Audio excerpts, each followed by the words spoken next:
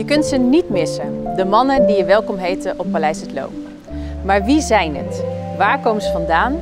Waarom hebben ze zo'n prominente plek? En zijn het historische figuren of hebben ze nooit bestaan? In deze aflevering van Het Loo Ontmoet bekijken we het op één na grootste schilderij van Nederland met andere ogen. Samen met conservator Hanna Klarenbeek en kunsthistoricus Ras van Rousseau, die samen onderzoek deden naar dit schilderij.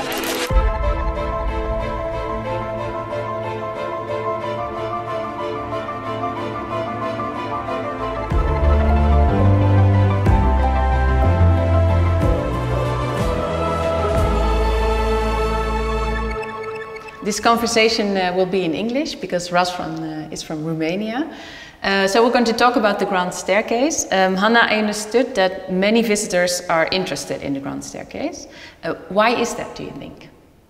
I think that's because we rerouted the palace, so now our visitors can walk down the staircase and they can really have a good look at all these details. And before 2018, before a renovation, they could only pass it by and not have a good look. So that raises questions. Yeah.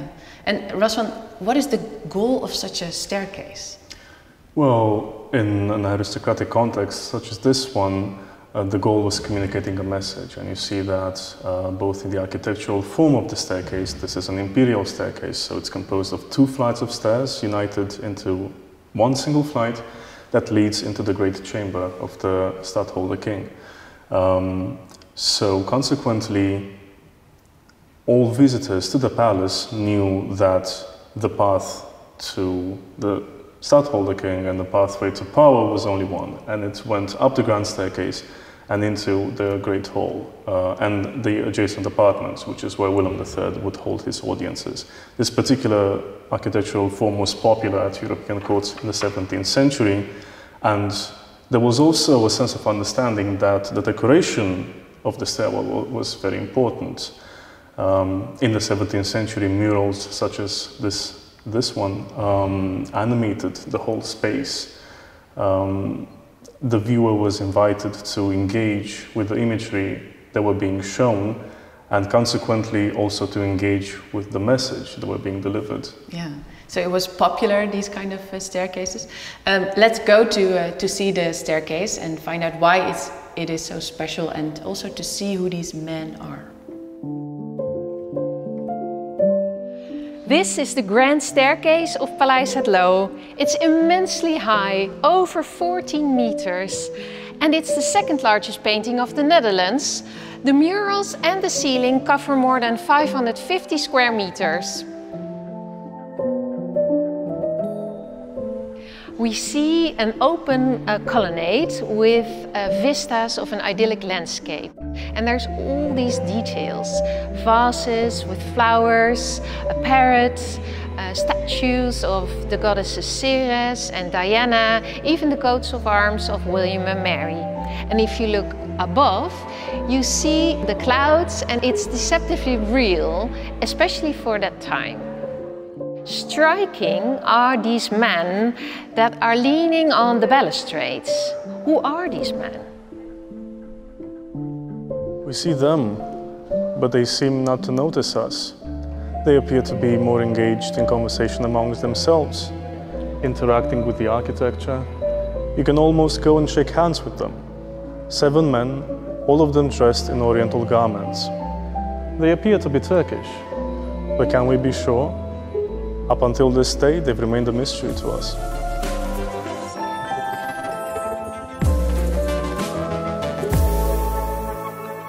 So Hanna, before we move to the discussion on who these mysterious men were, what we see is not the original 17th century painting, right? No, it's actually a reconstruction made in the beginning of the 20th century. So what we're looking at is how, in the beginning of the 20th century, they looked at the 17th century painting. Yeah, but why was it restored in the 20th century? What happened in between? The painting had the staircase had several stages. The first one was the original painting. It was made around 1692 on basis on the design of Daniel Marot. It stayed like that for almost a century, and then it deteriorated. So in the beginning of the 19th century, it was decided that because of the poor state, they plastered the whole staircase white. Wow. And there was weaponry, coats of arms, paintings hanging to decorate it. It was in this stage for another century, almost a century, and then bits and pieces of that plaster layer came off and you could see what was underneath. And at that time, 1898, Queen Wilhelmina came to the throne in the Netherlands, and she decided to give the palace back its original form, back to the King Stadtholder William III, and that meant redoing the staircase again. Yeah, because it was like white and then the old painting was coming through. Yeah. So the bits and pieces were just falling off. Yeah. And you could see there was another decoration underneath. And she asked the painter Willem Adrianus Fabry, he was a painter from Rotterdam, to see if he could restore the original painting. So they pulled off the plaster layer, but the remnants of the original murals, they were too poor to restore. So he decided to paint it all over again, based on these remnants, based on the design of Daniel Marot, of which there was a print, and painted now oil on canvas, and these big canvases, and he restored it again. Yeah. So, Rasvan, how do you then deal with the fact that it's a reconstruction, right? You want to find out who these men are, but you're dealing with a reconstruction. During my research, I was very critical of what I was looking at, not in the least because of how many hands were involved in the creation and restoration of this object throughout the centuries. We do have a couple of photographs of the rediscovered pieces that were dug up in 1900, and if we compare those photographs carefully with the current state of the painting, we notice that certain changes took place in the depiction of the faces of some of these figures, but also in their clothes and their textiles. So naturally this left me with a lot of questions. How was this image reconstructed? Which sources were used? And how reliable were those sources? And how much of the original mural was lost, and which parts exactly had to be recreated? Yeah. And could you tell us, why did you become intrigued by these 7 men in the first place? I became fascinated with the question of why they are here. We do have similar imagery of Oriental figures looking down at the viewer in the Netherlands. One of the earliest examples would be the ceiling in the plenary room of the Senate in the Binnenhof. Another example would be the ceiling in the cupola of Trompenburg near Hilversum. And you also have other such precedents from abroad, most notably from Versailles. They have 2 important staircases, the ambassador's staircase, designed by the famous Charles Lebrun, and the Queen's staircase. But what's interesting to note is that in all of these situations, the Oriental figures were always part of a larger ensemble of such men and women from all over the world, which was a popular visual trope at the time. But here at Het Loo, the imagery distinguishes itself in that we have 7 figures, all of them are men, and all of them are dressed in Oriental clothes. Now, why exactly would Willem III want that in his palace? I became very intrigued with this question. Yeah, this will be a cliffhanger, because I want to ask you first, Hanna, are you doing more of this type of research? Yes, we do indeed. We are focusing on a theme we call World Cultures at the Dutch Court. And we're trying to do research on how different cultures came in contact with the stadholders and the kings and queens of Orange. Because everywhere you see at Het Loo, you see these types of objects that are from abroad. If you look in the garden, the plants that we use were plants that originally came from overseas trade. If you look at the furniture, you see all these exotic materials like ebony, ivory, lacquerware. There we have a large 17th century ceramics collection, Asian ceramics, and even through paintings, the world is coming into the palace. So, Razvan, enlighten us. Who are these men? What are the scenarios? Well, it's difficult to say because it's hard to know where to start looking. In the 17th century, and particularly in textual sources, you see the word Turk used to describe any person from the Middle East or North Africa, regardless of their exact ethnicity.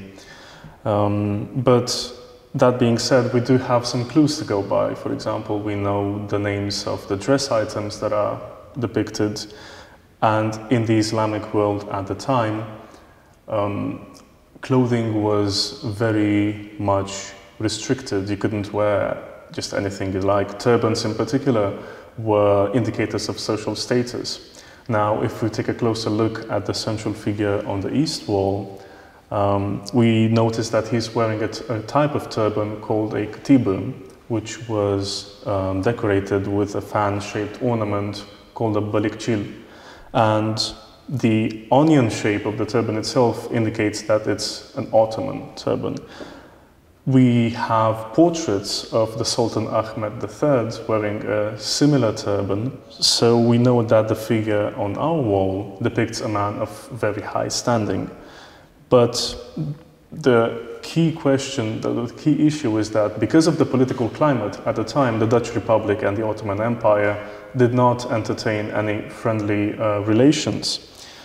So this leaves us with a difficult question. Why would Willem III want to have his enemies portrayed on his walls? Could we maybe look somewhere else for answers? Well, Morocco, for example, was an independent sultanate at the time, and they were actually unfriendly towards the Ottoman Empire and friendly towards the Dutch. We do know that Willem III came in contact with Moroccan ambassadors some years prior, based on a print that we have from the hand of the same designer who designed the mural, Daniel Marot. And in that print, we notice that the Moroccan ambassador who was invited to this formal event is wearing a chain or a strap across his chest in a manner that was characteristic of Moroccan male fashion at the time. Now, in the print that Marot made, we find again the same accessory placed on one of the figures, although this detail did not make it into the final painting.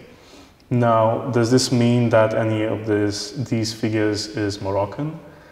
We can't know for sure, but that makes us question what we see. My research suggests that these figures are, in the end, just fictional figures, generic types that were inspired either by pictorial tradition or examples from costume books from the 16th, 17th century, or a mixture of both. Yeah, interesting. So why are these fictional figures here? Well, I believe that Willem and Mary wanted to show that their palace was both connected to an artistic tradition, but also relevant within the political context of its own time. When this mural was painted, several great European powers were engaged in what's called the Wars of the Holy League, or the Great Turkish War, against the Ottoman Empire. So having 7 Oriental men on the walls of your palace is a very interesting choice indeed. But I think this also says something about Willem III and his character. We know, for example, that he had a great admiration for Ottoman culture, as did his designer, Daniel Marot. Indeed, the whole century was characterized by admiration and fear in equal measure towards the Ottoman Empire, and we see the same fascination continue in the time of Queen Wilhelmina as well. Yeah. So, Hanna, why is it important to do this kind of research? I think it's important for us as a museum to provide context. And the very basic question, what am I looking at, or what are our visitors looking at when they climb the staircase, it's basic, but it's very important. So we've asked Razvan to do this research for us, and it's part of a wider research program we do to all these kinds of objects that have all these different stories, all these different layers in them about world cultures at court. So I think with these answers we can tell a more multi-layered story. Do you agree, Razvan? How does your research help to tell new stories in the museum? Well, with such a multi-layered artwork as this one, new research helps us reveal what cannot be seen with the naked eye. Yeah. Dankjewel Razvan en Hanna voor dit gesprek. Bekijk ook de andere afleveringen en kom natuurlijk langs bij Paleis Het Loo om die trap zelf te gaan bekijken.